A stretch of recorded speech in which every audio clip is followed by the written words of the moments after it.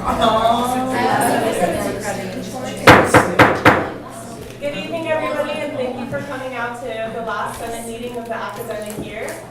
The first item on our agenda is a call to order. We'll start by doing roll call. Senator Sylvia Abdul-Noor. Present.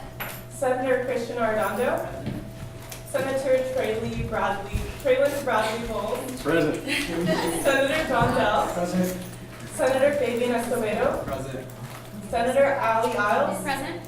Senator Jackie Jacoby. Present. Senator Medina Jamal. Present. Senator Colette King. Senator Delaney Koenig. Present. Senator Priscilla Perez. Present. Senator Jason Ramirez. Senator Herman Sanga. Present. Senator Summer Schaefer. Senator Katharina Zecca. Present. President Pro Tempore Devin Palazzo. Here. Personnel Director Ashley Hirano. Marketing and Promotions Director Ravine Rutho. Elections Director Stephanie Rose. Outreach Director Jessica Arquidez. Senate Secretary Argelia Chokri. Here. Acting Vice President of Campus Internal Affairs Ranjit Nayar. Present. Vice President of External Affairs Abraham Belvon. Here. Vice President of Finance Iris Yang. Acting President Fernando Echeverria. And Acting Executive Vice President Reem Blake present. Next item on our agenda is approval of the agenda. If there are any amendments that anyone would like to make to the agenda, please feel free to do so now. Vice President of External Affairs Abraham Belvon. Yeah, I have two amendments. So first off, I would like to add the city planner delivery for housing ordinance presentation under special reports. And then the second amendment is adding approval of the student conduct committee members under special reports as well. Could you repeat the first amendment, please? Yeah, it's a presentation from city official regarding housing ordinance. Okay. Thank you. Are there any other amendments? Okay, seeing none. Would anyone like to make a motion to approve the amendments? Senator Fabian Escobedo, I motion to approve the amendments. seconded by Sylvia Abdul-Noor. All those in favor?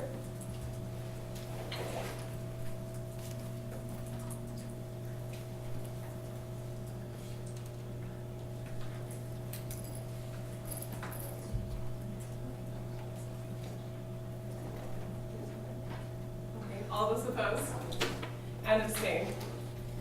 With a vote of 13-0-0, this motion passes. Next item of our agenda is approval of Senate Senate minutes.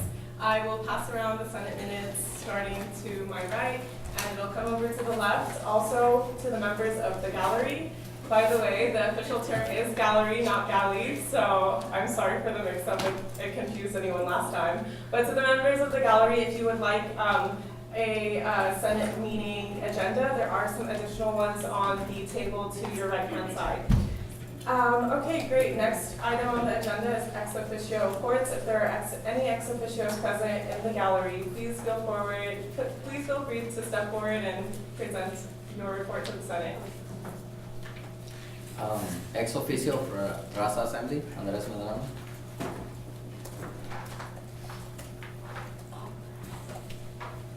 So I'd like to extend an invitation to Boulder's banquet this Sunday, raising dollars for scholars.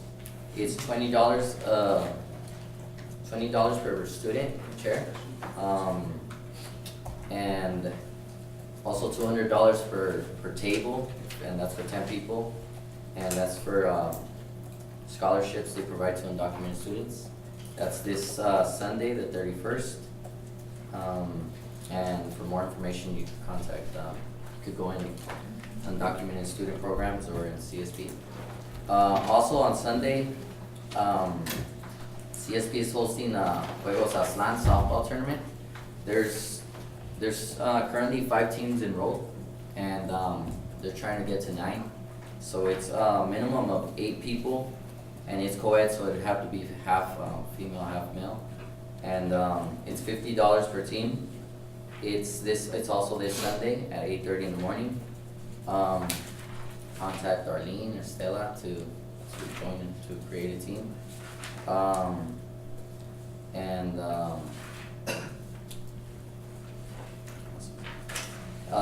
I'd like to this is just me, but I'd like to congratulate Danny and what he did, and all the people involved with the food pantry today, and everyone that helped for that. I was there volunteering, and a lot of people showed up, and it was incredible how much, the amount of food that was given out, and it was just really nice to see. So thanks to everyone that helped in that, that was a part of that. Also, next Saturday is Raza Grad's, Raza Grad, June 6th. I was talking to Arlene, and I think over 130 students are participating in it, and they're expecting over 2,000 parents and family. So she said that's gonna be the largest ceremony they've ever had. It's too late to sign up to participate in it, but y'all can go and support fellow peers. And on that note, I'd like to congratulate those of you that are graduating this year, and those of you that are not and have served. Well, thank you for your service as well, and that's about it. Thank you. Thank you, Andres, for being such a consistent ex-officio. It's much appreciated. You don't have to put your name if you don't want to. I think we all know you by now. Yeah, okay. Thank you. If any other ex-officios are present, please feel forward to step forward, and please feel free to step forward and address the Senate with any matters. All right, seeing none, next item on the agenda is public forum. If any members of the gallery would like to address the Senate, please feel free to step forward and make sure to address myself and not any other members. Please don't exclude any other members of the gallery or the horseshoe. All right, seeing none, we'll move on to the next item on our agenda, committee reports. President Pro Tem Blasio. Hi everyone. So this is probably going to be a bulk of the meeting. I sent you all a folder with all the legislation that we'll be reviewing today. It's kind of like the end of the year sweep. We went through the bylaws and cleaned up some things. But we'll start with the CalPIRG resolution. And it's a resolution basically showing our support for CalPIRG and their efforts, and the ability to run a referenda. It's kind of like the initiative that was on the ballot. I'll let Jackie speak a little bit more about the resolution. Yeah, so hi everyone. Sponsoring this resolution on behalf of CalPIRG, and it's very much similar to the initiative that was passed in these chambers a couple months ago, or a month ago I think. Same wording. The right for students and for student organizations to democratically assess themselves fees. Basically it's saying in shorter terms, the right for student organizations to try and, using the ASUCR elections process, assess themselves fees based on whether or not students want to fund an organization. So you're on the ballot in the spring quarter. If it passes by 20% or more, then this fee is assessed to this organization based on student support for it. And so this is just basically not the referenda itself, it's a resolution saying that we support this idea to start being in the works, and we support CalPIRG's mission to try and democratically assess themselves fees via an elections process. Yeah. I welcome any questions or if members here with CalPIRG as well that can expand upon it if need be. Thank you, Senator Jackie Jacoby. Does anyone have any comments that they would like to discuss? Senator Sylvia North. So I would just like to urge you all to really consider this initiative. I know firsthand how hard it is to go out there and speak to students that you've never met before and try to convince them that your cause is important to this campus. So, yeah, I would definitely like to encourage you all to consider this. And thanks to everyone in the gallery that are here to support this as well. Thank you, Senator Sylvia Benoor. Are there any other comments or questions? Okay, seeing none, motion to Senator Medina Jamal. Motion to. Could you repeat that, please? Motion Pass the resolution. to. Okay, there's a motion to pass the resolution, Second that motion. and that motion is seconded by Senator Priscilla Perez. All those in favor?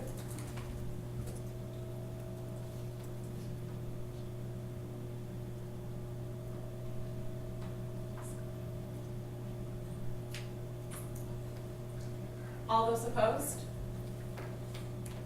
And abstain. With a vote of 13-1-0, this resolution passes. Thank you. Cool, congratulations. So moving on, next, we'll review chapter 2 of the bylaws. A lot of the changes were just to, make sure that everything was consistent with the new constitution. So if you note, this whole be censored was taken out, and then at the bottom, vacancies shall be filled with the next runner-up from the college vacancy as stipulated in the constitution. Questions, comments? So is it now, does that mean that now instead of going by vote number, it's gonna go by, still by vote number, but according to college? Okay. Any other questions or comments? Seeing none, would anyone like to make a motion to pass this resolution? Senator Fabian Escobedo? I motion to pass this resolution. Motion to pass the senator resolution. Is there a second? Seconded by Senator Delaney Koenig. All those in favor?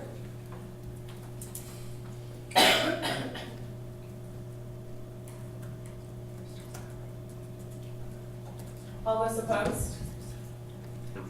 And abstain. With a vote of 14-0-0, this resolution passes. Okay, chapter 3. So it was the student senate attendance regulations, but it was kind of broad, and it was written back when everyone was elected as a senator, and then appointed your BCAP positions. So just to clarify, it's Senate meeting attendance regulations, and then we added in the marketing and promotions director, took out academic affairs, the transfer and non-traditional student director, the Senate secretary and parliamentarian, and then we decided to strike out elected and ex-officio, just because it implies both, but if you all think that it should stay, then it can stay. And then there was an S that needed to be added, and then members. Senator Delaney Koenig. I move to approve these changes. Okay, motion to approve these changes, seconded by Senator Fabian Escobedo. All those in favor? All those opposed? And abstain. With a vote of 14-0-0, these bylaws pass. Okay, chapter 9, the ASUCR president, and I just took out as elected by the incoming student senate at its first senate meeting because that's no longer true. That's the only change made to these bylaws. Any questions? Any motions? Senator Delaney Koenig. I move to approve these bylaws. A motion to approve the bylaws, seconded by Senator Fabian Escobedo. All those in favor? All those opposed? And abstain. With a vote of 14-0-0, these amendments pass. moving on to chapter 5, Vice President of Finance. Abraham made these consistent with the Constitution again. Nominations shall be made by Judicial Council, ratified by the Senate. And I believe that's it. Yeah, so, any questions, comments, motion? I move to approve the bylaws. Motion to approve the bylaws made by Senator Ally Isles, seconded by Senator Traylon. All those in favor? All those opposed? And abstain. With a vote of 14-0-0, these amendments pass. Okay, chapter 7 gets kind of controversial. It's the elections code. So there are some changes that go in line with the Constitution on the first page. I didn't put the whole elections code just because it's like 35 pages, so I just put the changes in on the document that I sent everyone. The elections director candidate would be taken out, and then parties seeking to campaign for or against a proposed referendum or initiative must register as pro-con groups. The section regarding laptoping was stricken out. And then that's when we move into polling procedures. So polling stations, basically what these changes are is that voting will only take place at elections committee designated polling stations. There's no more voting online, like on phones and stuff like that if this were to pass. So we just went through and changed like polling site to the polling station just to clear up any misinterpretation that could come from that. Yeah, so if there are any questions or any other amendments that wanted to be brought up. Senator Sylvia Abdenor. Okay, so I understand as far as the polling station goes, but one elections director candidate was stricken out. Is that because there's gonna be more than one, or are you gonna take that position completely out, or? Just so you can't run one in a party. Oh. So they have to be like appointed, because this past year and like years before, you could run an elections director, but typically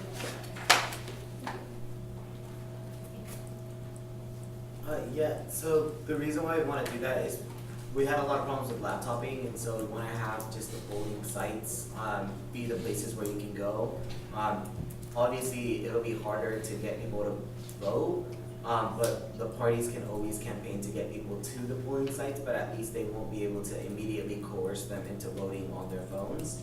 And so I really think that's an important change. Something else that was changed that I think was forgot to mention is that we want all the parties and candidates to report the expenses for all campaign materials, not only promotional giveaways. So for example, a lot of money is spent on banners and posters and whatnot. So we want the parties and the candidates to also report those expenses. Because right now, the reports of the money that is spent isn't really accurate because, for example, this year alone, we saw some really expensive posters and banners that should have also been reported. And so that's that. And then, Devin, I had a question because I know I was having problems with my computer when I sent you these changes, but it was also supposed to be changed, and I don't know if my computer saved it, that judicial was gonna be taken out of the violations process, assigning violations, and they were just gonna be left with the authority to review appeals for violations. Was that not saved? yeah, I didn't see anything highlighted in that. Okay. Double check the document. Sorry. No, it's okay.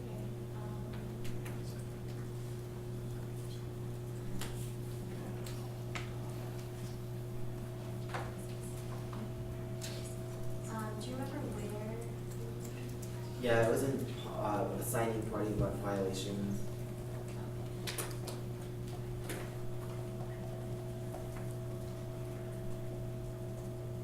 Let me see if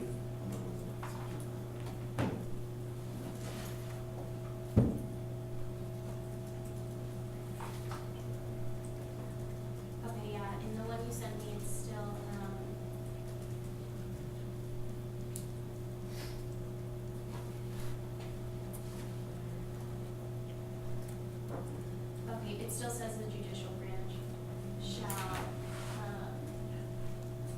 make a determination about, violations. So is that something you want to propose? Yeah, that's an amendment that I would like to make. So I would basically be striking 6 and, sorry, I can't really see it.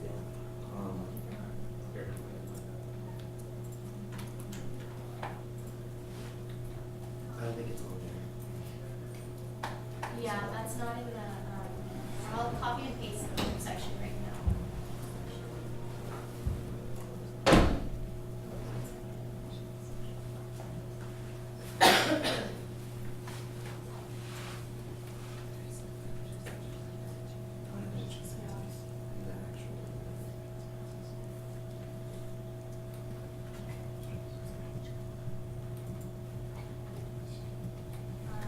One second.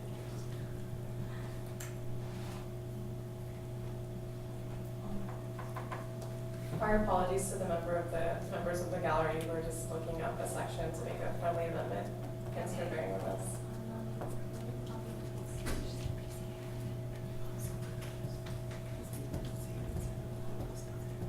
Okay, so this will be at the end of the document. So it's up on the screen.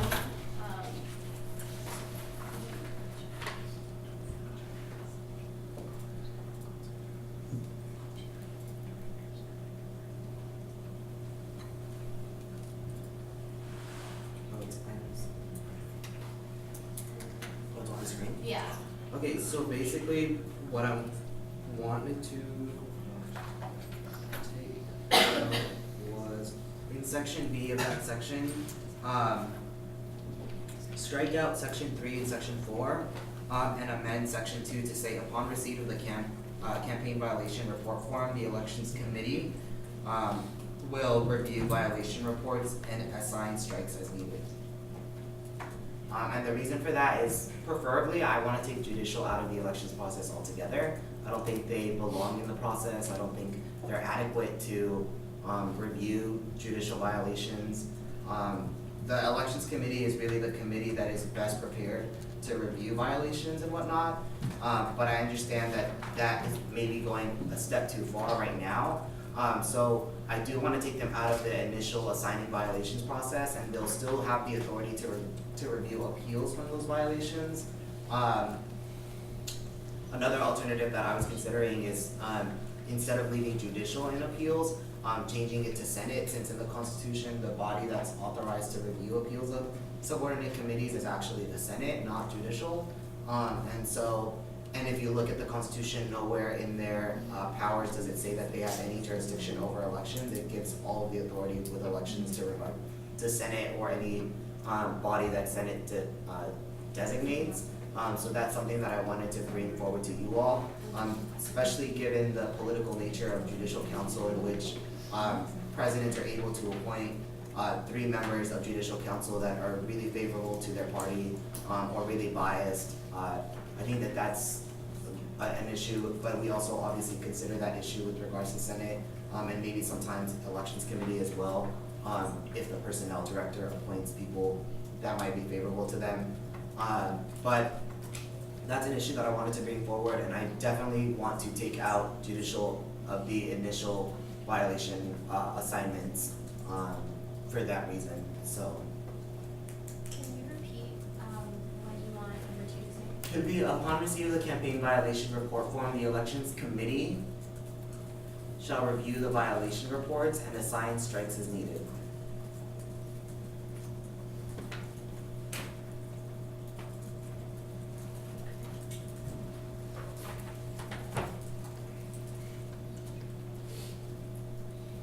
Okay, did everyone understand the amendments that were made, or does anyone want anything to be repeated? Do you all want to go into a discussion, or are there any motions that anyone wants to make?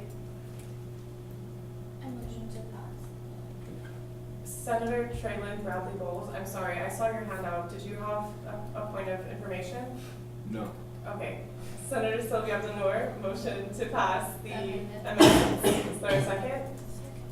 Oh, seconded by Senator Ali Isles. All those in favor?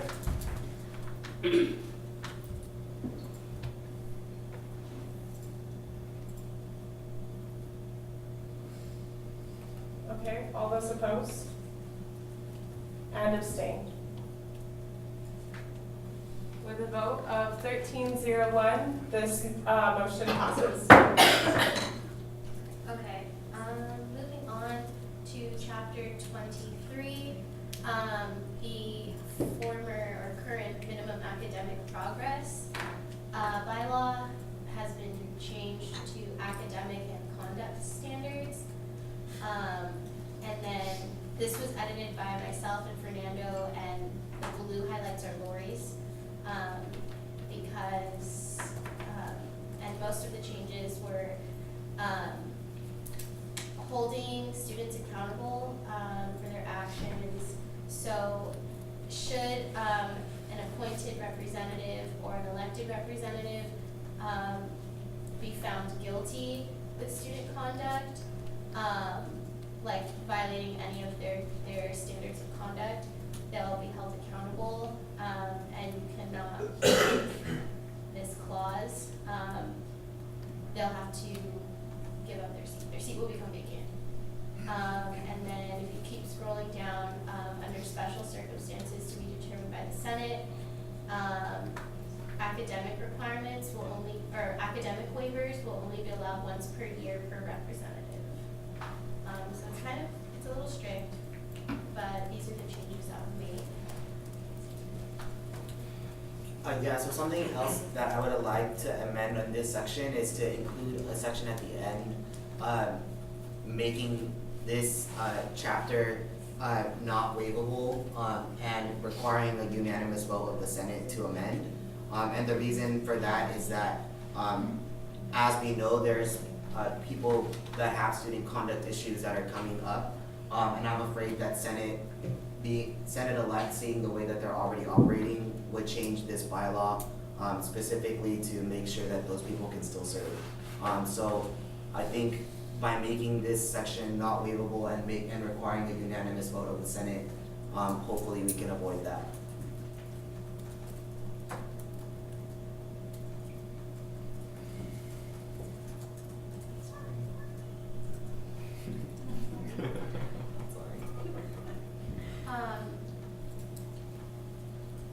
Do you think it's conflicting? Hold on, let me, okay.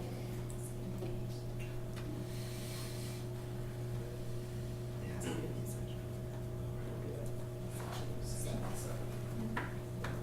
Or no, it would be amending section 6, basically.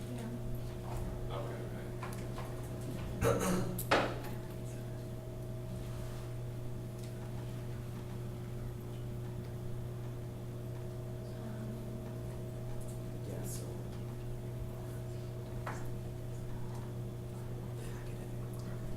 So we would just say. Oh, so it already doesn't allow for a waiver Yeah. for conduct issues. So the only thing that I would add is to section 7, is is a number 2, like if we make the first one number 1 and we make the second one number 2, this chapter shall require a unanimous vote of the Senate, to be amended.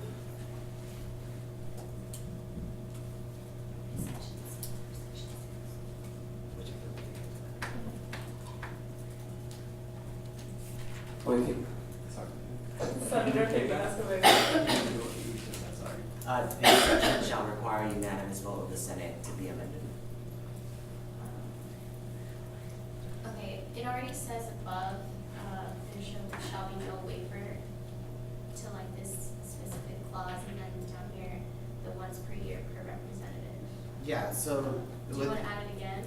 No, what this says, what section 6 is saying is that the academic requirements can be waived once per year per representative by 2/3 vote. But what they would still be able to do is like strike clauses or amend it as needed, so that they So that basically, like for example, if there's an issue with a member on the horseshoe that has conduct issues, they can easily just amend this bylaw to get rid of that, of what we've added, so that they don't get kicked off anymore. So I wanna avoid that by making this bylaw, unchangeable except by a unanimous vote of the Senate. Right, but then up above, I'm referring to like the, waiver. Do you wanna repeat it again? Because in section 4, it says there shall be no waiver granted to this clause. That's the very last sentence of section 4. I wasn't even looking at that one. And that's referring to the student conduct. Yeah, so there's no waiver for student conduct, but that doesn't mean that they can't change the bylaw itself. So I'm just gonna leave it at amendments shall require a unanimous vote instead of like Yeah. putting it again, like the two, Oh, yeah, no, I'm not. okay, I was just clarifying.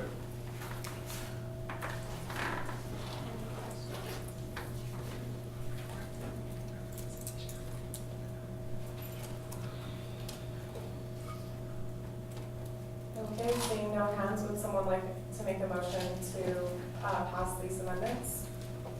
Motion by Senator Kushner-Nagar, Motion to pass these amendments. seconded by Senator Sylvia Denor. All those in favor? All those opposed? And abstain. With a vote of 14-0-0, these amendments pass. Okay,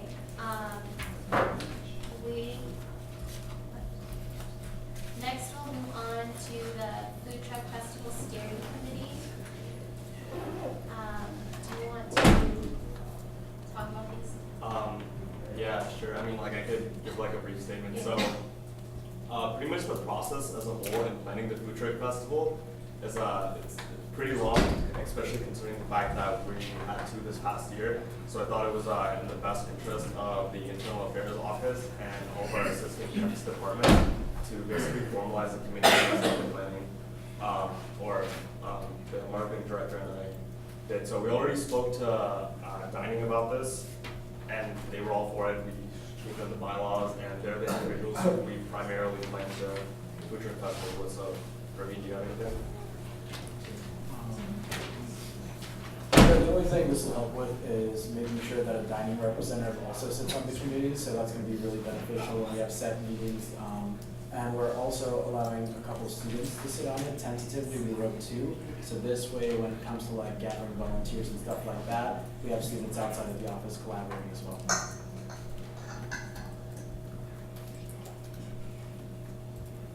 And if anyone has any questions, just it's all pretty straightforward though. If anyone has any questions, just feel free. Senator Delaney, go ahead.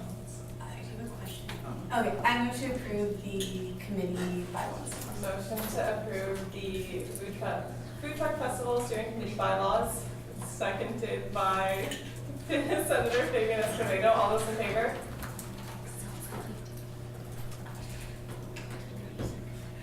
All those opposed? And abstain. With a vote of 14-0-0, these bylaws pass. Cool. So the next set of bylaws, the mental health committee bylaws, these were also sent to me by the internal office. The changes that we made were his, her, we just took that out of there. And do you want to speak about that? Yeah, sure. So the primary author isn't here right now. Yeah, she's not here right now, but again, I could speak a little bit on behalf of her. So this is pretty much to place a little more accountability on the Office of Internal Affairs by basically creating a committee based on tackling issues related to mental health. Again, yeah, so it says right on the purpose. So point of it is so enforcing student representatives to collaborate on projects to identify, address, and educate other individuals in terms of issues that are affecting UCR students. So, does anyone have any questions specifically about it? Okay, seeing no hands, would anyone like to make a motion to approve these bylaws? Senator Fabian Escobedo. I motion to adopt these bylaws. Motion to pass the mental health committee bylaws, seconded by Vice President of External Affairs Abraham Belvan. All those in favor? All those opposed? And abstain. With a vote of 14-0-0, these bylaws pass. Thank you. Okay, so next we have, the art closet resolution. Do you want to do the resolution first? Okay. Okay, I'm gonna talk about the resolution and the committee just as a whole really quick, and then I think Devin will present each one individually. So, art closet is something that students need because not only will it provide clothing, but it will provide a cap and gown rental service. It will also provide clothing that individuals can wear in a professional environment, and it will provide casual clothing that students can pick up and just take with them. So the cap and gown rental service was modeled after the undergraduate student programs, which is specified in the resolution. They were the first ones to actually establish it at UCR. It is also modeled after the LA LGBT Center, where they provide clothing twice a week to homeless youth ages 12 to 24. With that being said, there are a few things that Toy wanted to address, which is there was a question as to whether the cap and gown service will only be a rental service. I'm going to keep it as a rental service in this resolution because I don't think there's enough to just provide to students. I think they should be recycled throughout the years. It'll allow more students to be able to use them for graduation. So we are getting into contact with alumni who can donate their cap and gowns. I know a lot of them try to decorate their cap and gowns. We're going to see what we can do with the cap that's decorated. Also, there was a question about whether the closet will be available to homeless students who identify as LGBTQ. I'm going to leave that up to the committee to decide because I am leaving this under the Vice President of External so that way it can expand into something that can help the Riverside community, because I think we can do more than just benefit the student community. We can start reaching out to our own Riverside community. So I'm going to leave that as is as well, so that way the committee can decide how they want to interpret that. And thirdly, I thought it was great. Toy provided me an article. It was about the term dress for success, which I'm going to bring up that we should change in this resolution. So I'm going to read a sentence from this article. The author said, "My students fail to realize that our ideas about cleanliness and professionalism are largely steeped in white supremacist, capitalist, patriarchal ideas of looking appropriate." I think that this is very true, and so with that being said, I'm going to be changing out the term dress for success. However, I have yet to hear back from Toy about her input,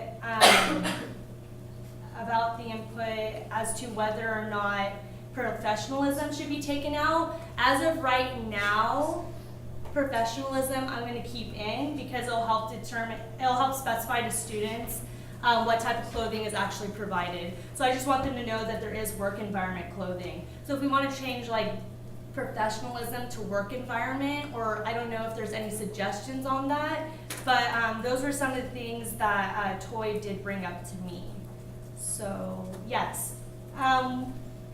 Okay, so for the resolution, I'm changing dress for success to dress for any occasion. Do I have to make a motion to change that? No, you can just change. Okay. And then for the art closet committee, do you want me to just wait on that one? Yeah. Okay. We'll do this one first. I had it changed to just changing Ranjit and Abraham's positions because you have them switched. Oh, sorry. Oh yeah, I do.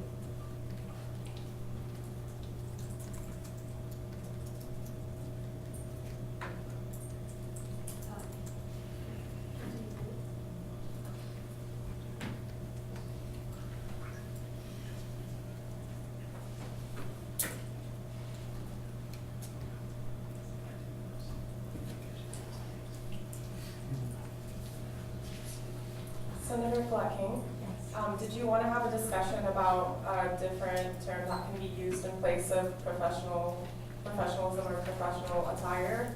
Or do you think that what you've used is sufficient? Yeah, that was something I did want to bring up. If anyone wants to suggest like a different like phrase or term. And I also had a question if resolutions can be brought up and changed in the future, because if this is something that like triggers some people or like is not found very comfortable with some people, I want them to be able to like change it. So can a resolution can be brought up again, so we can just the committee can alter it. Correct? Yes, I believe that a new resolution would just be presented, right? Because it expires at the end of that. Okay, great. So yeah, as of right now, I'm going to keep professionalism in. I was going to take dress for success out because the article is titled Dress for Success and Other Problematic Ideas About Professionalism. We could change it into like work type clothing. Work type? Yeah. Or we can just keep it. All right, well, I guess we'll just keep it.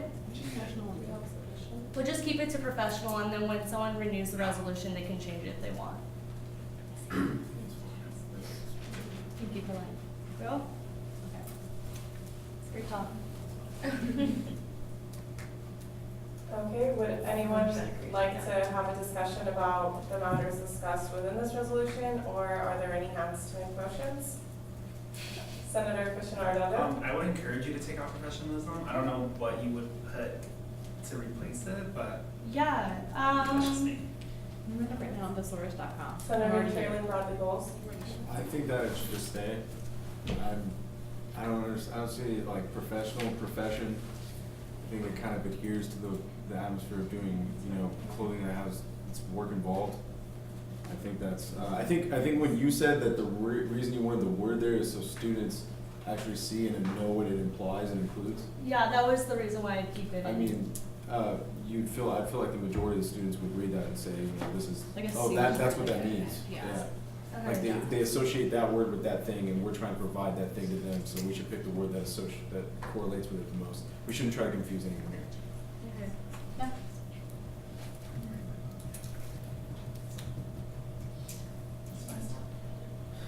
I think it was a good point that you brought up, though. Thank you to both of you. We'll just keep professionalism, I guess. Are there any motions on the floor? Senator Delaney Koenig, I move to pass the resolution. seconded by Priscilla Perret. All those in favor? All those opposed? And abstain. With a vote of 14-0-0, the resolution to support the UC Riverside Closet passes. Cool. Now we'll move on to the Art Closet Committee bylaws, which is also in the folder that I sent out. And Colette, if you want to go over the structure of the committee. Okay, so the committee is going to consist of 14 members. The ASUCR Vice President of Campus External Affairs will be the chairperson. There will be 2 ASUCR senators, 1 representative from marketing, and a representative from the Vice President of Campus Internal Affairs office. There will be 5 members appointed by the Diversity Council from ethnic and gender programs, one of which will be a liaison between both on and off campus partners, and one of which will be nominated and appointed as vice chairperson. 2 members from the community at large will also be selected by the ASUCR personnel director after review of their application. So that is basically how the committee is going to be represented. Also, the only thing I wanted to bring up as change was the dress for success part again. Which, if anyone has anything that they want to say, that would be great right now. Helps to empower students. Vice President of External Affairs. Yeah, if we could just take campus off my title, or the title, Vice President of External Affairs, just to like keep it consistent. Okay. think that's it.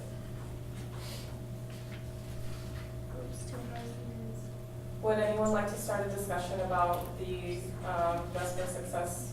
I think Devin actually already put something in the I just would- dress for Dress any for occasion. occasion. Yeah, I don't know why I didn't think of that. That's all.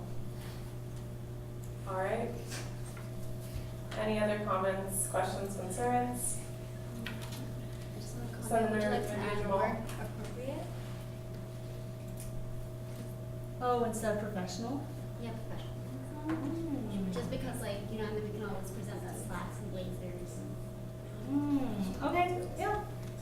My concern with that would be like, if people think it's trades, we're not providing construction clothing or like welding clothing. Professional attire is a very specific category. Yeah, I agree. Just so people, Yeah. like Trey said, like, people should know what they're expecting if they're expecting a suit. Yeah, I agree. I think this is something that the committee is gonna have to come up with when they present a resolution again next year as well. They can also change their bylaws to say something else. But thank you. That's good.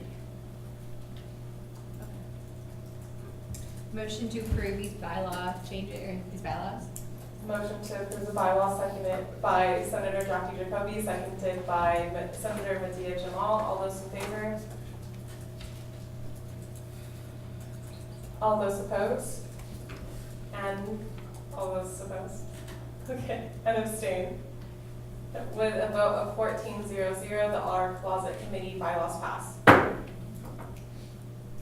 Okay, last thing, on my report, the transfer and non-traditional student director bylaws. These were written, in collaboration with the Transfer Student Task Force. I had a little bit of input on these and then, Taylor mostly, worked on this topic. Okay, so, yeah, these are the bylaws. Were there any questions that anyone had? Senator Treelyn Bradley Bowles. So if someone does not meet the qualification, just say in the situation that there's none of these three things are met, that it just remains vacant until that spot is open? It just remains an empty seat? Then I think so. And then it would be appointed, like, it would be treated as a vacancy. Okay, And then it would be like until replaced someone as comes such. forward, alright.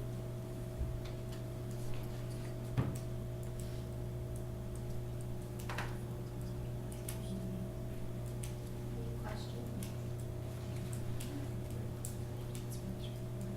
These are the bylaws for the director and then the committee under the director as well. If that wasn't clear. Senator Delaney Thorne. I move to approve these bylaws. Motion to approve the bylaws, seconded by Senator Sylvia Abdul-Noor. All those in favor? All those opposed? Opposed? And abstain. With a vote of 12-1-1, these bylaws pass. Cool, so that's the end of the last LRC report of the year. Thank you everyone for bearing with me. I know we had a lot to review today, but thank you.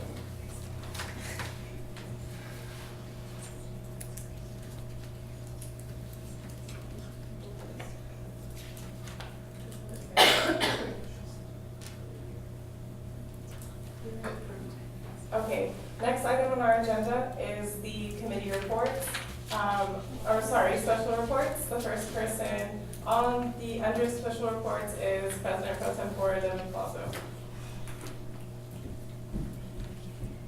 Could you pull up, there we go. Hello everyone, me again.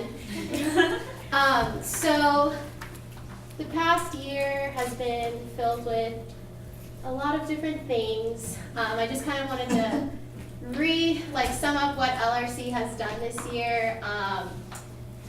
Just kind of, it's been a busy quarter. Can you go to the next slide? So we'll start off with fall quarter, just so people know that LRC has done things. I know it may seem like I'm lazy and have like a low work ethic. However, LRC and this Senate have passed a lot of monumental things this year. LRC was very busy, so fall quarter, we had the committee members, we had Christian, Reem, Akeem, Fabian, Jackie, Carlton, and Priscilla. Unfortunately, we had scheduling conflicts, not with Reem, that's actually a mistake, Christian and Carlton. And they were replaced by Allie and Jason. And we started off the year with like the UCSA charter, Vice President of External Affairs bylaws, Diversity Council bylaws, the Transfer Non-Traditional Student Task Force bylaws. I actually helped write those and like kind of create the skeleton after being taught out by Francisco, wanting to create the committee. So I had kind of a hand in that. There was the resolution to recognize November as Transfer Student Awareness Month by Senator Akeem Brown, one of the first pieces of legislation he proposed.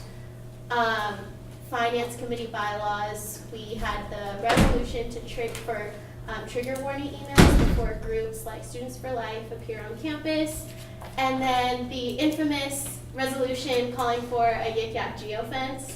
I'm sure you all remember that one. So that was fall quarter, kind of summed up. Winter quarter, we had Fabian, Reem, Akeem, Jackie, Colette, Priscilla, and Jason.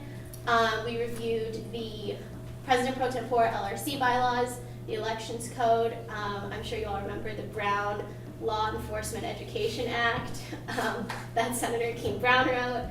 We had the Open Textbook campaign and the Water Watch campaign that we spent a few weeks on due to like some sourcing issues and things like that. We had the ever so long ASUCR Constitution, that 7-8 hour meeting where we went over that. My report lasted like 5 hours, so that was fun. The food pantry resolution, which was a big one. And then we had a resolution, snaps for the food pantry, resolution requesting degree audits with complete student information. And then we had like the individual constitutional amendments for the Vice President of Finance election and the Transfer Non-Traditional Student Director. And then this quarter, we had on the committee Fabian, Jackie, Reem, Colette, John, Priscilla, and Jason. And we reviewed the Survivors Bill of Rights, the letter to the Provost regarding the Survivors Bill of Rights. We had a resolution to support the Survivors Bill of Rights that the committee actually wrote together, just so everything could kind of coincide. We had the Food Pantry Planning and Implementation Committee bylaws, the President's bylaws, the AS Chancellor's Committee on Sexual Harassment and Sexual Violence Prevention, GCAP, Green Campus Action Plan bylaws, the Student Advisory Group bylaws, and we had the resolution supporting divestment from Turkey, and the resolution to recognize the Sikh genocide of 1984. And all of these were worked on throughout the year. It's not an easy job, and the committee has been great. Everyone that I've had the chance to work with has been great. And it's clear that those that may not have had an involvement within the committee may not know everything that goes on, but LRC has been very hands-on and very critical, and I'm very thankful to have worked with you all. And it's no easy task, so good luck to whoever's coming up next. And then, there's just a lot that goes into it, and I just want to say thanks to everyone. Sorry if I've been lazy, it's not easy. I actually, one other thing I wanted to bring up was that we shortened the reading period so we could actually move through things more efficiently. So in my bylaws, I went through and changed it to a 48-hour reading period rather than the full week, so we could tackle more legislation throughout the year instead of having to kind of wait and push things back, which kind of cuts like a week or two out of the quarter to begin with. So I think that's one of the main things that we kind of like powered through a lot of legislation this year, a lot of bylaw changes. And my reports have been kind of lengthy and everything, so I just wanted to thank everyone for bearing with me. Thank you so much, Devin. There's a few hands, so we have started the speakers list. Vice President of External Affairs, Abraham Gomon. Yeah, I just wanted to say thank you to Devin and the Legislative Review Committee for all the work that they've done this year. In the past 3 years that I've been in ASUCR, and my experience with Senate, having been involved for so long, I have not always seen the Legislative Review Committee be so focused on being really critical of the pieces of legislation that are coming forward, and also the Legislative Review Committee and Devin have done really major things this year. That's also obviously to the credit of Senate.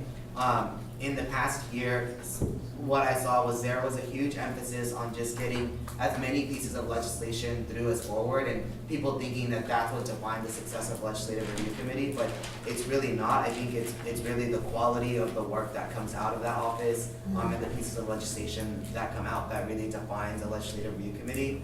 And I think for anybody to criticize, as somebody who submitted multiple pieces of legislation to the Legislative Review Committee, and who worked with Devin all year, I really got to see that firsthand. And I think it's really ridiculous for anybody to criticize the work that Legislative Review Committee did when they hardly ever worked with that committee. And I think that just shows, I think all that is a display of self-importance and ridiculousness that is really unfortunate.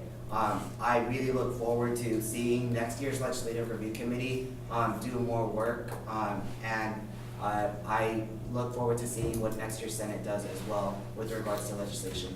Thank you.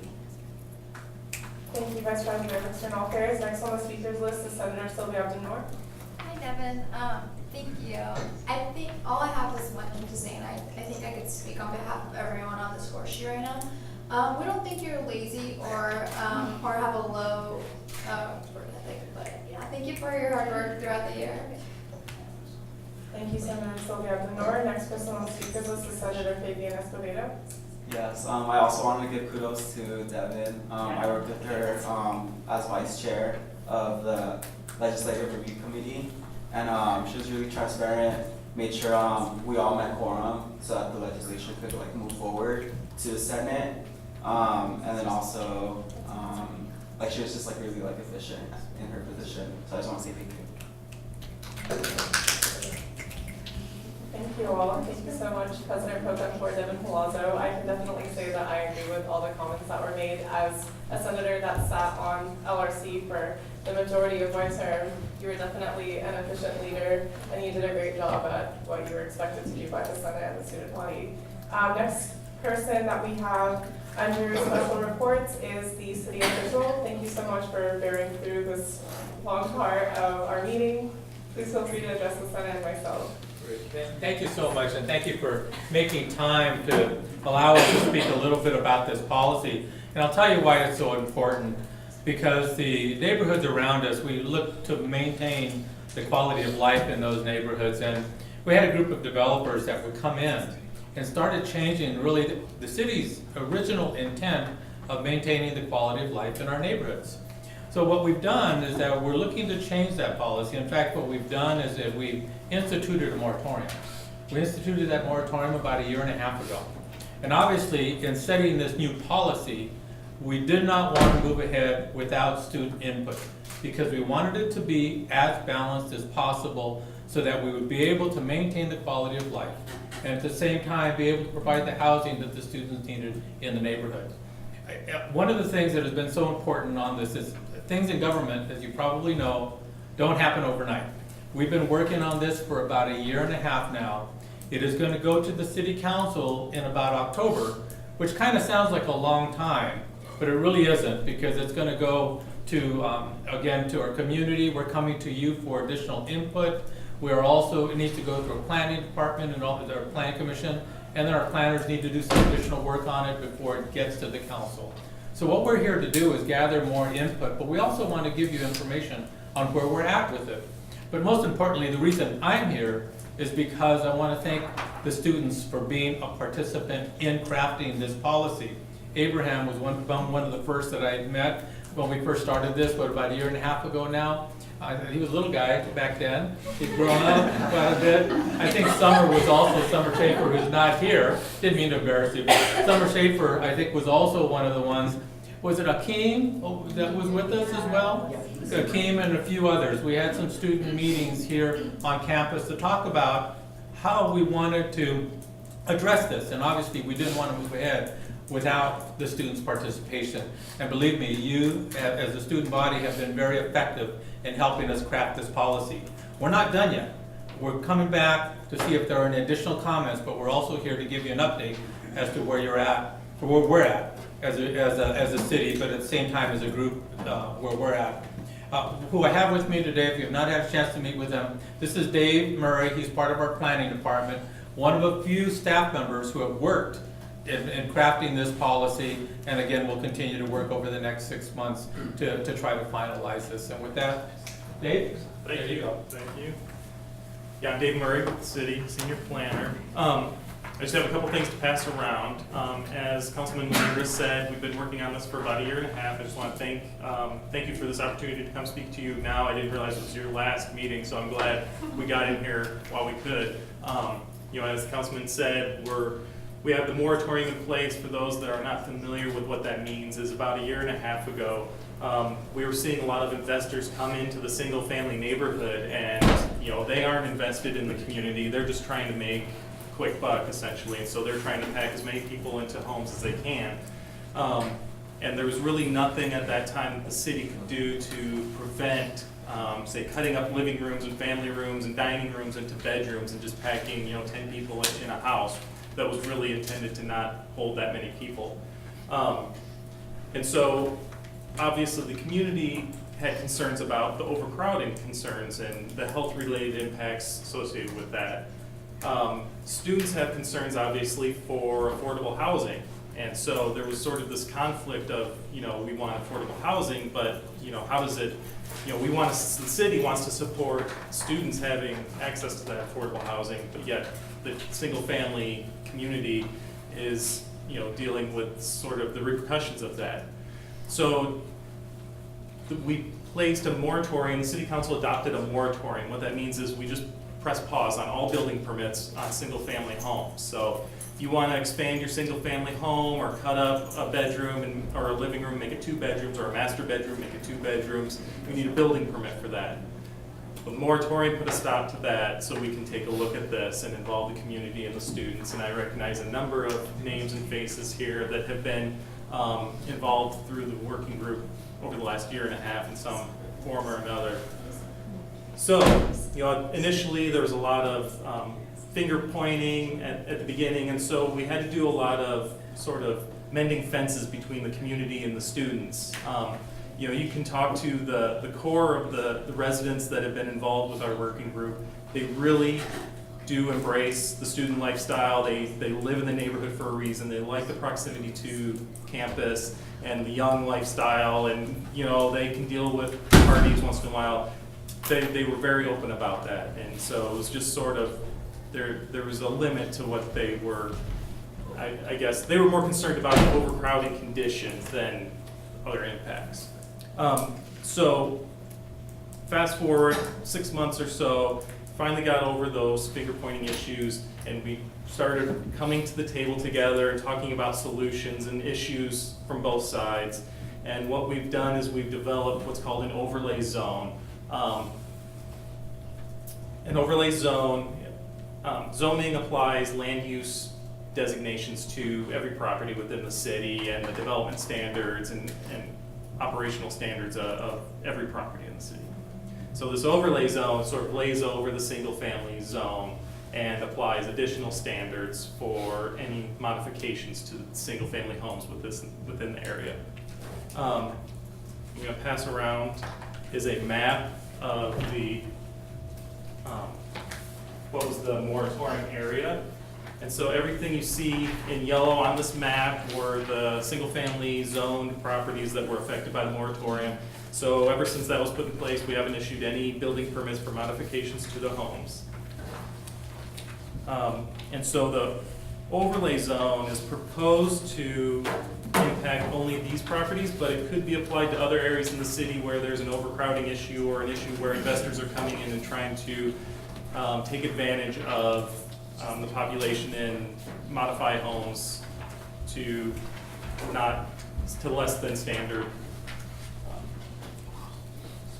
levels. So this is just the draft language that we've developed working with the working group that involves students and community and other agencies. And so what this overlay zone does, I know it's a lot of what we call planneries, but you're reviewing bylaws, which is, legalese, so, this regulates the structure. So we're only talking about the structure and what you can do to the home, and it only affects single-family homes. This does not address occupancy or how many people are in that home. It doesn't talk about that at all. And so what we're trying to do is limit the size of the bedrooms and how many, the appropriate ratio of bedrooms to common living space. Our goal is to maintain the single-family character of the neighborhood in all the homes.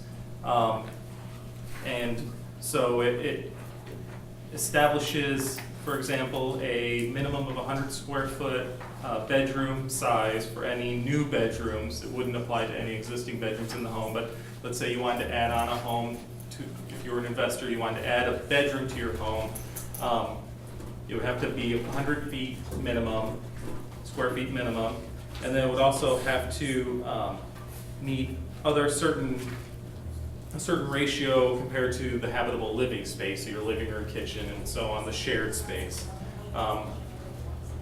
And then also if it exceeds 5, what this language says is if there's 5 bedrooms or more, if you're adding on a 5th bedroom or a 6th bedroom, you have to provide additional on-site parking on that site, so that it's not placing an extra burden on the on-street parking. So, I know it's a lot to review and kind of wrap your head around. I'm certainly open to answering questions and perhaps explaining anything else you might be concerned about. As Councilman Melandris said, the moratorium expires in November, and we're hoping to have this adopted prior to then, because we've already had one extension on the moratorium because we're still in the process of developing this overlay zone, and we can't get any further extensions. But that's really all I have. I'm certainly open to questions, and we're looking for the Senate's support on this to move forward. As I said, we've had several representatives here. Thank you so much, Dave. Now, the Vice President of External Affairs, Abraham Bolan. So I want to say that conceptually, I've always been one to be hypercritical of all of these ordinances and whatnot. To me, I come with the understanding that a lot of students, the reason why they rely on packing together in houses and whatnot is the affordability issue, especially at a time when tuition is being increased, well, not now, but in 2 years it will be, and at a time when really all expenses for college are increasing, and also there's not much affordable campus housing. I've always been really critical of all of these things. I'm glad that the moratorium is going to expire. I would not necessarily be supportive of any overlay zone at this time. I think that although this isn't necessarily targeted at occupancy, it does make it structurally more difficult for the students to, I guess, find more affordable housing. At least I see the point of, for example, adding these increased parking requirements so that if you have more people living there, you can't just have more cars parked there. The bedroom requirements so that you can't make more bedrooms in a house, so that more people can't live in those bedrooms. The total area of bedrooms so that you have to have these common areas and can't have more bedrooms. So I understand that it's not necessarily targeted at occupancy, but I do think that it creates a lot of structural barriers for that to happen. And so I do wanted to put that out there. However, I have had a representative going to these meetings, Melissa, and so I do want to commend the city for taking the time to work with us and whatnot. I understand that obviously students don't really have much of political clout in the city, and with the other council members, Councilmember Melandris I think has been the most willing to talk to students and most understanding, whereas the other council members are usually really not at all. And so with that understanding, I did think it was important for us to be involved in at least the creation of this, with the understanding that something is likely to come out of the meetings, no matter, even if we don't want them to. So at least in this way, we could have something that's not completely terrible come out. And so I do want to thank the city. I want to thank Councilmember Melendres and Dave as well for working with us. The question that I did have is, seeing as how there's currently legal action being taken against the room rental permit ordinance, and I know because I'm involved with that, Sue, how is, do we foresee any legal action being taken with regards to these overlay zones, or for example with the moratorium or whatnot? Have you spoken to Fair Housing Council about the impacts that they think this will have on low-income communities or on minority communities in the city, especially around the university? I am not too sure because I haven't spoken with Fair Housing with regards to this specific overlay zone. With regards to the ongoing lawsuit, that's still pending, and I can't speak to that. I'm not involved with that. Our city attorney's office is handling that, and it is still ongoing. I don't know when to anticipate a verdict on that. I don't see that necessarily interferes with this, nor are they conflicting. Again, this is solely based on the structure. That other issue, regardless of how that resolves itself, will not affect this or vice versa. I mean, this could still work regardless of the outcome. And then in terms of involving Fair Housing, I can't recall if anyone from Fair Housing has attended any of our meetings, but they're certainly welcome to. And that's something we can certainly do. We can certainly share this with a representative from Fair Housing and get their feedback on it prior to going through the adoption process, certainly. Yeah, I think that would be really great. I mean, obviously, I don't know how Fair Housing's availability or willingness to review this is or whatnot, but if that's something that can be done, I think that would be really critical, just to support those different communities around the university and in the city that I think aren't necessarily the communities that participate in the neighborhood associations and whatnot. So yeah, I think that's a great idea. Thank you, Dave. And if you don't mind staying up, I think we have a few questions around the horseshoe. First on my list is Senator Traylon Bradley-Bowles. I think that my question was, I mean, I've been to so many city council meetings in regards to all this, as well as neighborhood meetings. When in this case where it says, section A, where it says bedrooms, all new bedrooms shall maintain a minimum of 100 square feet. So say for example, this only applies to the construction of new bedrooms, I take it. I mean, there's some houses around here where they are so huge to the point where they have literally like 9 bedrooms built in it for people to live in. And it makes sense that when some of these old houses are so huge, even though there's a city ordinance that prohibits 4 non-relating people from living in there, I've seen families of 15 living in a house around here. And it's even those students, I think that's one of the conflicting things that students find is there's a room that's built for a bedroom, and this house is absolutely large and it has technically 8 bedrooms, but we can't have 8 people sit here. Or there's a room that's more than 100 square feet, very big, and they can't split the room per se. So I was just questioning, so that only applies for the construction of new bedrooms in any house. So anything that's existing prior, even if it was before the moratorium, there's nothing that can be done about that existing construction? That's correct. Okay, so all the prior stuff is all right. Correct. That's it for me. Thank you. The next person on the speakers list is Senator Medina Jamal. I just wanted to ask, when will you be finalizing the draft? We still need to go out to a couple more community meetings, and we presumably need to go to.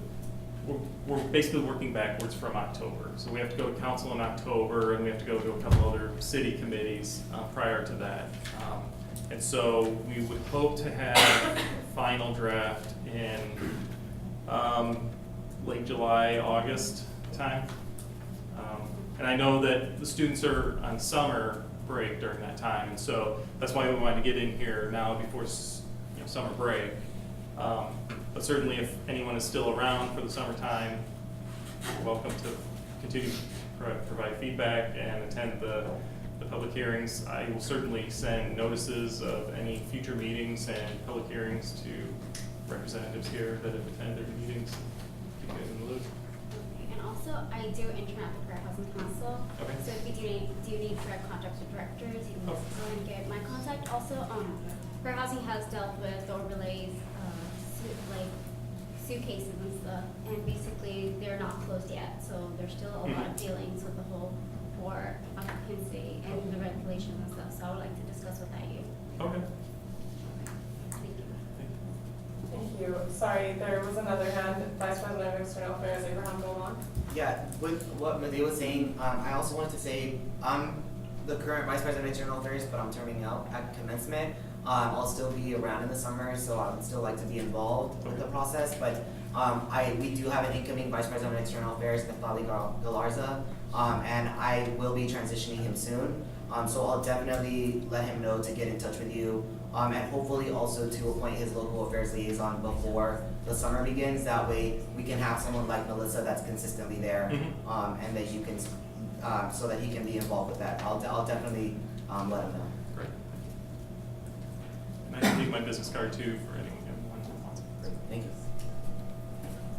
Very cool. Thank you so much, Dave. And Thank you. we'll take your business card if you want to leave it at the podium. Sure. All right, thank you. Thanks. Just have some very quick comments. Obviously, thank you, Abraham, for that information also. Is it a Trilin? Yes. Okay, thank you so much. You can see how challenging this is for a city. And we're really trying to keep that balance so that we hear from the students and also hear from the neighbors. One thing, the kind of things to keep in mind is that when you go into a neighborhood, there are people who have brought their families to invest in a neighborhood. And when you see a house that maybe, as you've indicated, has been cut up into 9 different neighborhoods, it's really concerning to the resident who has invested $200,000 for a family to live there. And that's the challenge that we face. How are we going to find that balance? And obviously we want to hear from everybody to advance and finally get to that part that's agreeable to everybody. It's so important that we do that. And again, it isn't something that we just say, oh, this is what we're going to do. There are really laws, there are federal laws, there are state laws that we really have to comply with and be very careful on to arrive at our goal. So you've been part of the policy. Thank you so much for being part of that. Thank you for your input on that. And one other thing, we have been extremely sensitive not to do a lot over the summer because we know the students are gone during the summer. We know that you're going to be gone this summer for the most part. We are trying to wrap things up so that when we do get to that place and it comes to the council in October or November, that we have your input so that we can finalize. Please feel free to, Dave, did you leave your email number? Okay, you can always call Dave or give email information or ideas on email. Or give him a call, he'd be more than, or you can call me. I don't know if I have any more cards, but Dave can get a hold of me if you need to call me as well. I think it's so important that we continue to have this dialogue and continue to get the input before we finalize what we're going to be doing in October. So thank you so much for your time and the opportunity to say a few words today.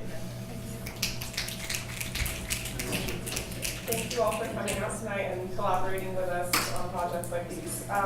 The next item under special reports is the approval of the student conduct representatives.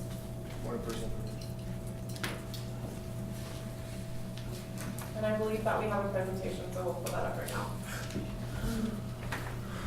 Yeah, so it's not so much of a presentation, but if we can. So I sent this to Ardelia on.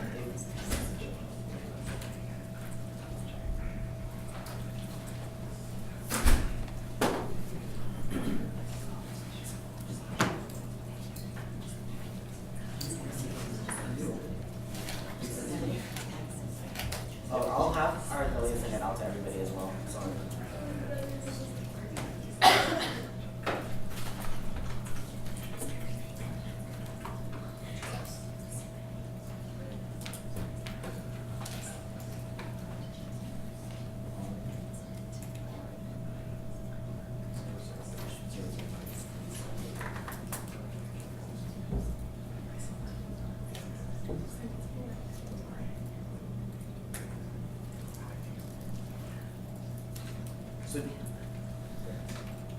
So just for background, every year the Senate has to approve the student conduct and academic integrity programs committee members, so that the committee can meet with students on it. So this is something that you all have to do every single year, and they contacted me specifically asking me to add this to the agenda.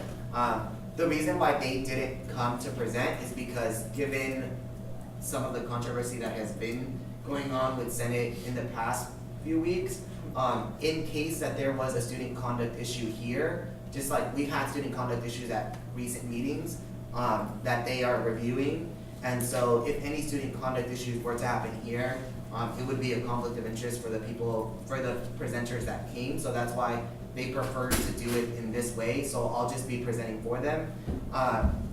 So the request, student conduct and academic integrity programs would like to request that the Senate approve the appointment of the undergraduate students named in the attached spreadsheet to our conduct committees.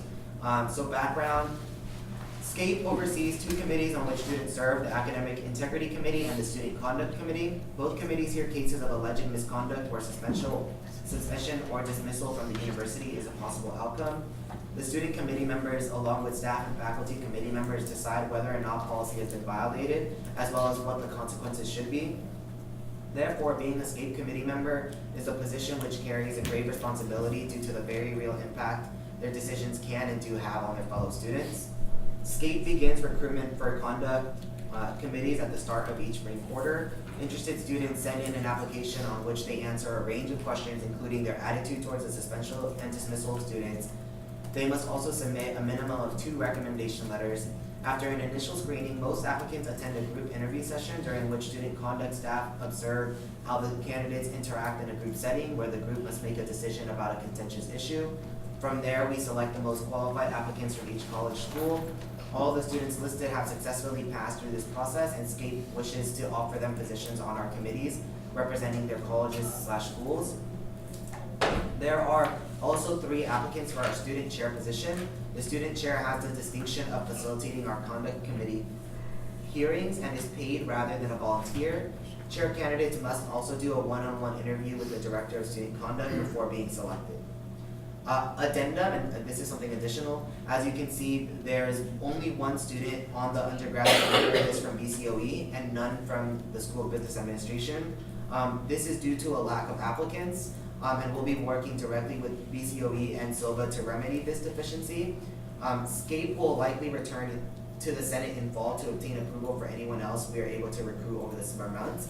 And I'm not sure why they didn't include this, but something that they asked me to do is if Senate can give temporary approval for the summer months, should they find members from BCOE or SOVA to fill those positions so that they can have them serve, and then they would still come back in the fall when Senate meets to get I would say, what's it called?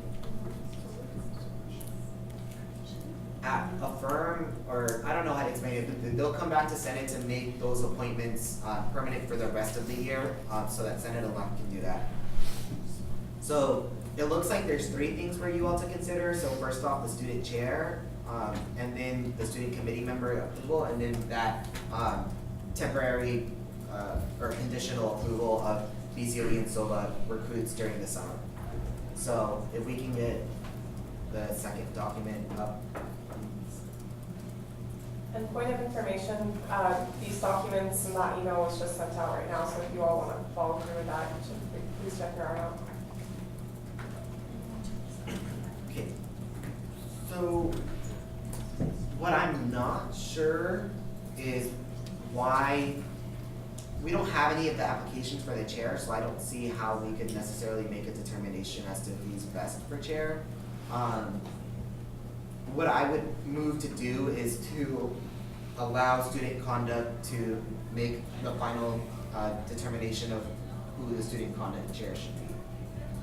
So I move to allow student conduct to decide on the chair of the committees from these 3 applicants. Okay. There is a motion by Vice President of External Affairs Abraham Galvan to allow student conduct to decide who the chair of these committees are going to be, seconded by Senator Sylvia Abdel-Noor. All those in favor?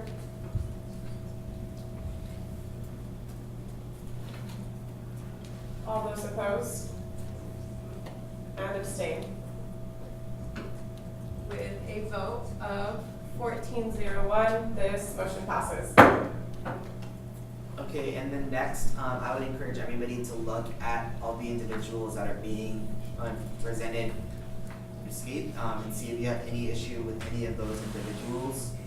I'll give you a second for that.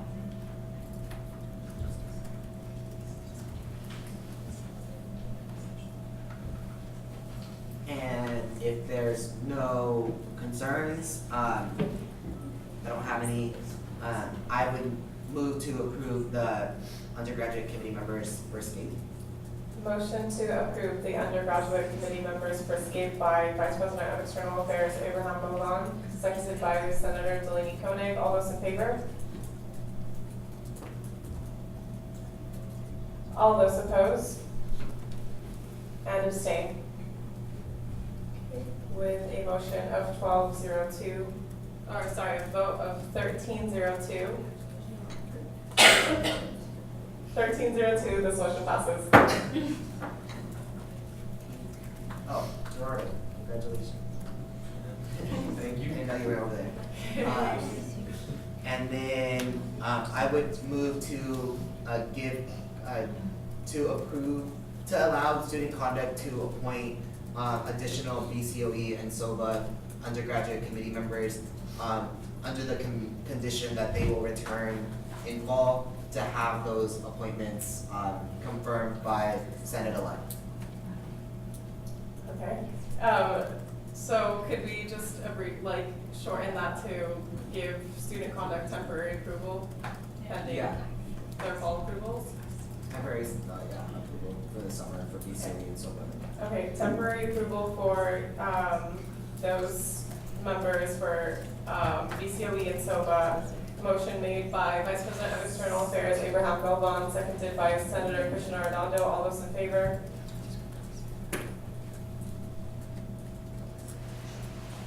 All those opposed? And abstain. Okay, with a vote of 1500, this motion passes. Awesome. Okay, that concludes our special reports. Next item on the agenda is public comment. Any members of the gallery, feel free to come and address the Senate, and please direct your comments towards the chair. You already said my name. It's Corey Willis. Please say your first and last name for minutes purposes. Corey Willis. Okay, so I'll be brief. I don't take up too much time. One, for the transfer director, I was wondering how the stipend is being handled for that.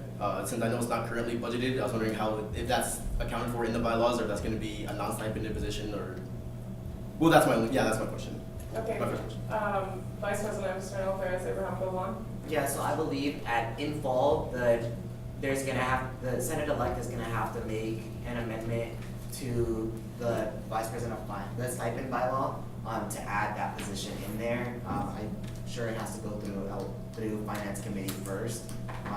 So unfortunately, it's a 9-month position, so it would just be something that Senate, you all would want to get on immediately in the fall. And then while I'm up here, I just wanted to reinforce on behalf of Mohammed Hussein that the removal of the parliamentarian was unfair and unjust. After multiple attempts of recourse and unsuccessful reconciliation, he was an at-will employee removed for political reasons. Point of order. I'm sorry, Corey. I believe this is a matter that would be addressed during public forum and not public comment, because public comment is supposed to be for people who would like to address the Senate on matters that were discussed during the Senate meeting. The matter is directly concerning the chair, so I assumed it would be relevant to the meeting. This is perhaps a discussion that you and I can have during another time, but not during this meeting. Okay, well, you, Reem Blake, Acting Executive Vice President, shall be seeing Mohammed Hussein on June 30th at 8 a.m. at the Moreno Valley Superior Court of California. I'm simply here as a proxy. I'm not taking any questions on the matter. Thank you. Any other members of the gallery that would like to address the Senate on issues that were discussed during this Senate meeting, please feel free to come up and make sure to mention your first and last name for the purposes of the meeting, minute meeting.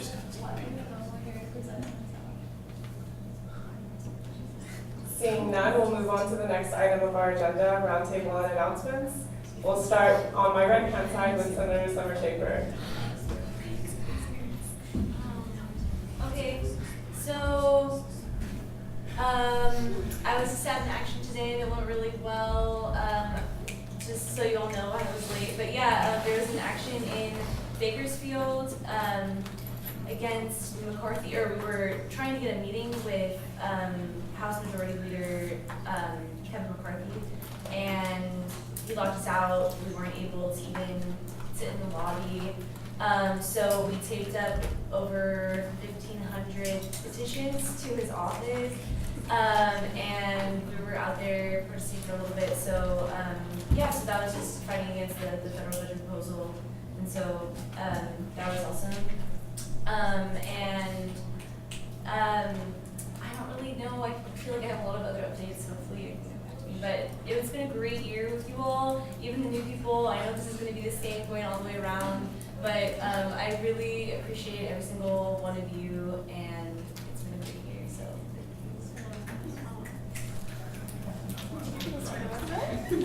Senator Delaney Cody. I'll say the goodbyes for the banquet, because I always feel weird, like after I say goodbye to someone, when you you're walking the same way, and you have to like, talk more.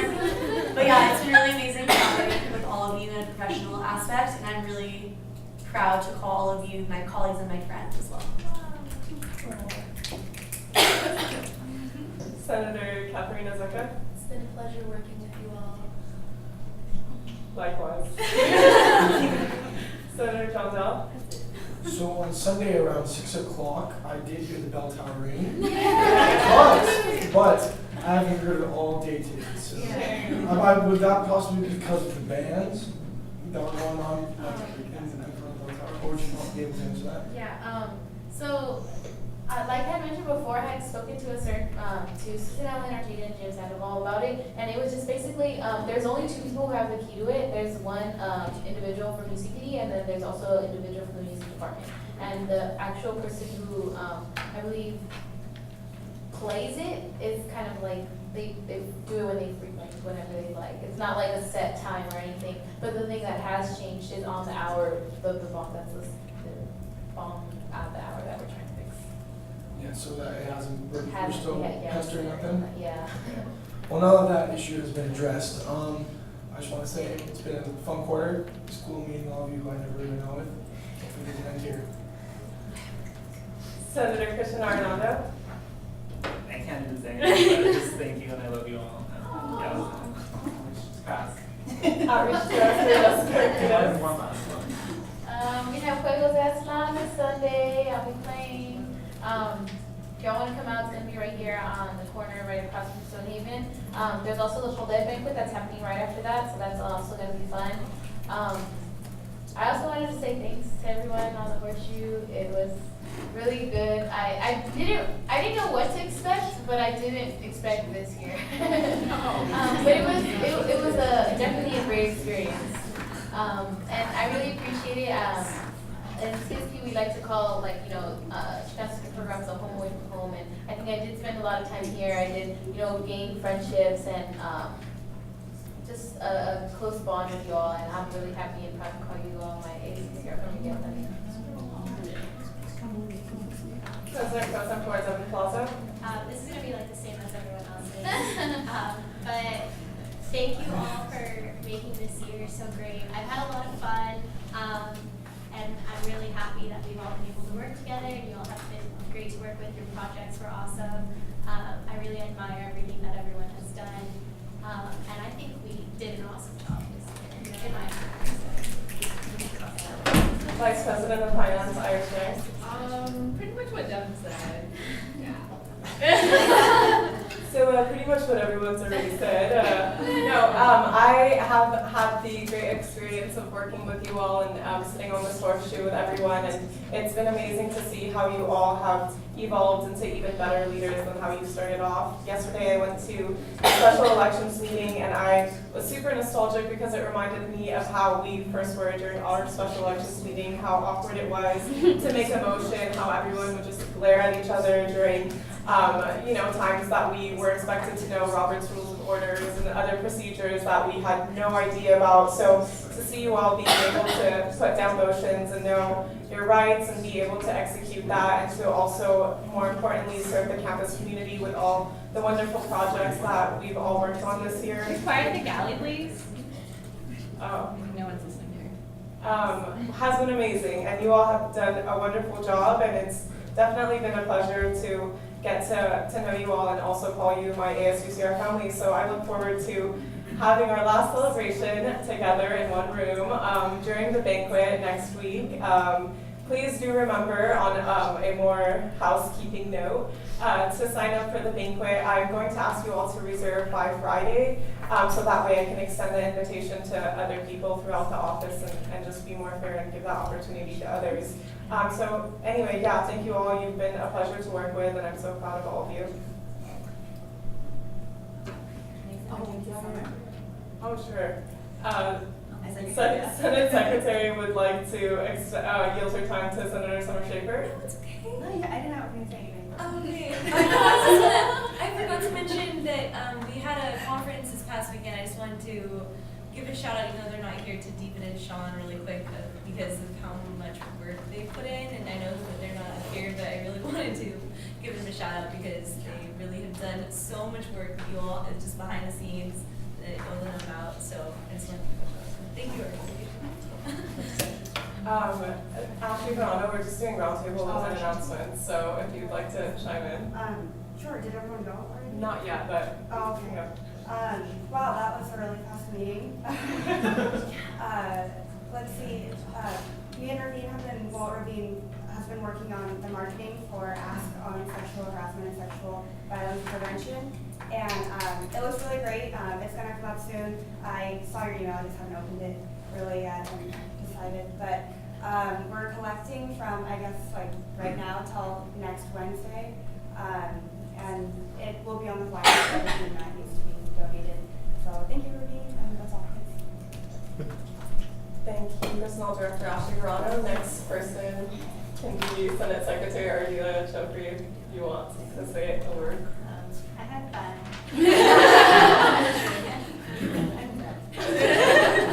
Vice President of External Affairs, Abraham Golan. Yeah, I wanted to say thank you to this year's Senate, as well as the fellow members of the Horseshoe. We started off this year started off on a really rough note, I think, with Senate, and I think even some of us on this Horseshoe. But I have been extremely pleasantly surprised to see the way that all of you have worked for the remaining of the year.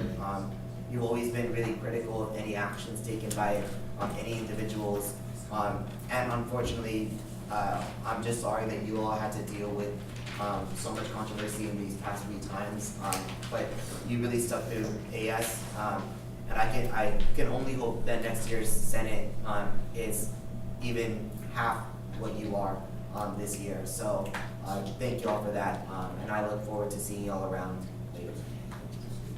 Vice President of Campus Internal Affairs, Ranjit Nair. From academic affairs chair to acting VP of internal affairs, it's been one heck of a ride. But pretty much just assume I repeated everything that everyone has said so far, but on a few serious notes, I wanted to mention a few things as like real announcements, like Scotty's Late Night Lounge. It's Monday, June 8th, Tuesday, June 9th from 8 p.m. to 12 a.m. Grill at Latitude 55.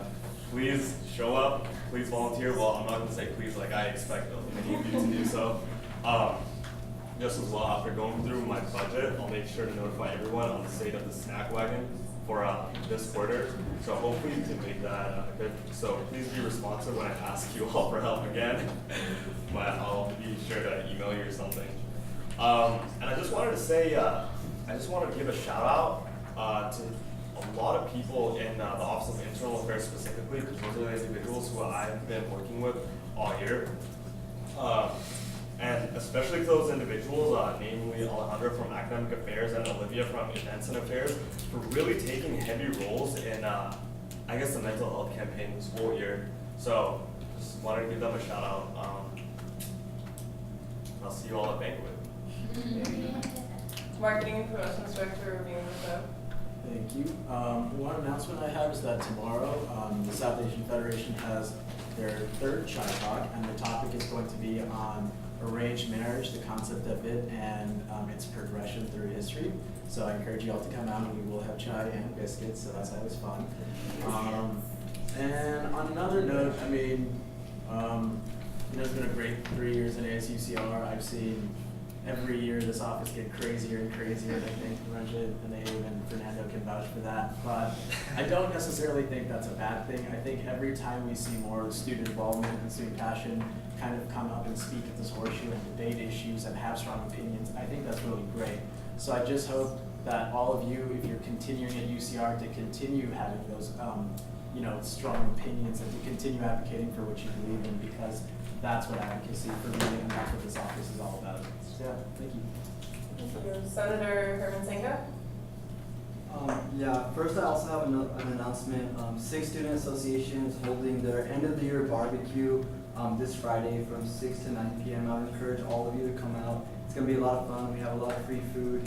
It's at Hunter Park, and if you need a ride, let us know. And then secondly, while I was running for Senate, I always repeatedly told myself and others, that I didn't become a senator to make friends. But somehow along the way, I did make many friends. I'm very glad for that. And I would say it's been an amazing opportunity. It's been, we had many happy moments, very stressful moments, very, a lot of arguments, a lot of debates, a lot of whatever you would characterize them. There was times in which we were protesting outside Hinderich Hall, protesting the chancellor. And there was other times around his house where he's hugging us. So we've been all over the place. But what I would say is that the Senate has done a lot for this campus, and many of the resolutions and referendums and other things that we've passed transcend just this school year and will affect UCR students for years to come. And for that, I'm greatly appreciative to have been a part of that. So thank you. Senator Sylvia New York. Hi. Okay. Thank you. First off, I have many things, but I wanted to thank you all for welcoming me in so late into the quarter, and for making the transition so much easier on me. It's been a pleasure working with you all, even though it's been a short amount of time. I feel like I've known you all for so long. Also, congratulations to those graduating. I don't know what else to do again to tell you. Have a good favorite. And finally, if you're wondering why I have these in my hand, today was the mental awareness movement at the Bell Tower, and I wanted to give a shout out to Alejandra and Bell for being in the sun for over 2 hours and running the event. And also after the event, Alejandra and myself and a few others actually spent maybe like 2 hours or so in the AS office making these for the members on the horseshoe. So basically just to recognize the mental health issues that are out there. And so I'll do it during closed session or something like that, but these are for you all. Thank you. Senator Fabian Escobedo. So I also want to say that it was a pleasure working with you all. Congrats to all the graduating seniors, and to those not graduating this year, good luck on the remainder of your years at UCR. Senator Priscilla Perez. Yeah, I just wanted to echo the sentiments that people have been saying this year. Serving on ASUCR has been great, and it's been an amazing opportunity getting to know each and every one of you. And like Delaney said, it's not goodbye, it's see you later. There's still banquet and full closed session. After this, so. Senator Traylon Bradley Bowles. I think that my 2 favorite parts were, I think voting on the divestment from Turkey and then the recognizing genocide. I think in my mind I was just thinking something like, imagine if they had known in 1984 that we would be voting on something like that inside a student government at University of California in Riverside. You know, I thought that was amazing and, you know, so paramount to, you know, establishing UCR in the international community as well. Yes, you all are become like a second family to me. I've got AS's back like all the way. Anytime anyone says anything bad about it, the slightest, I'm right there for center, defending it. But I thank you all for the opportunity to work with you, and have a good summer. Thank you, Trey. Senator Medea Jamal. Senator Medea Jamal. Yeah, I just wanted to appreciate you all for doing so much more than your responsibility. As Devin showed the whole, the resolution, really reflected that you guys were not only involved with the student body, but you went so much out to actually be open and willing to work with students. I really appreciate that. From being my 4 years at UCR, I really think the Senate did go out of their way to do what was right, and I really appreciate y'all for doing that.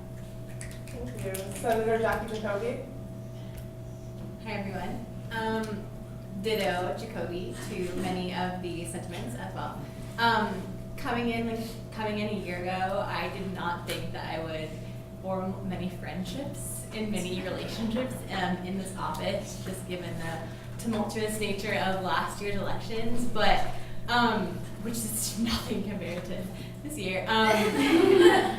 And I'm so happy, and I feel so, dare I say, blessed. I use that word, but blessed to be surrounded by such great people in this office who, at the end of the day, really, really love and support each other. I think it's really beautiful.